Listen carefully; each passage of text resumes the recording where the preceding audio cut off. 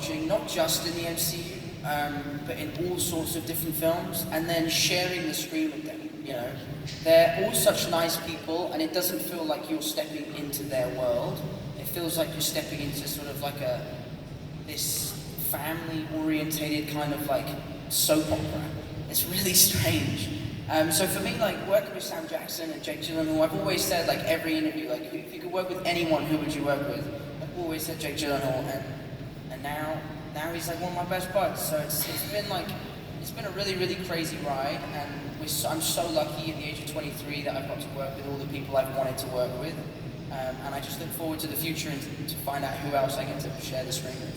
Is there like a particular lesson, either as an actor or just a person in the world, that you've learned from one of them that really sticks with you most, or? I think one of the most amazing things I've learned is Robert Downey Jr. is probably the biggest movie star on the planet, right? And he's also the nicest, most professional, most hardworking guy ever.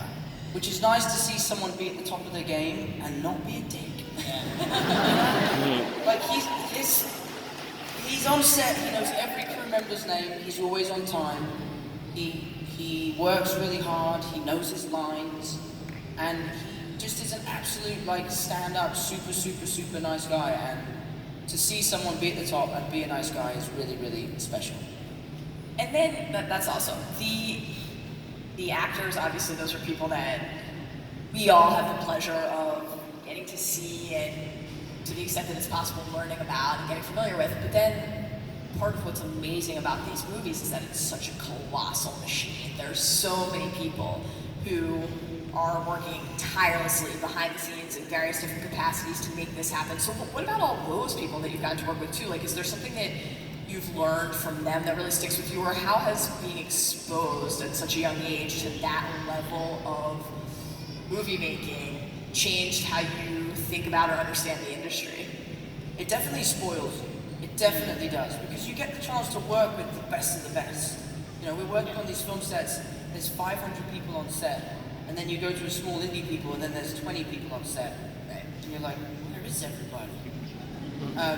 And then, like, when we shot that wedding scene, there was like 60 trailers. I've never seen anything like it. And we were in this base camp, there was 60 trailers, and then just by coincidence, like 2 years later, I did another film, a much smaller film, and we used the same base camp. There was one trailer.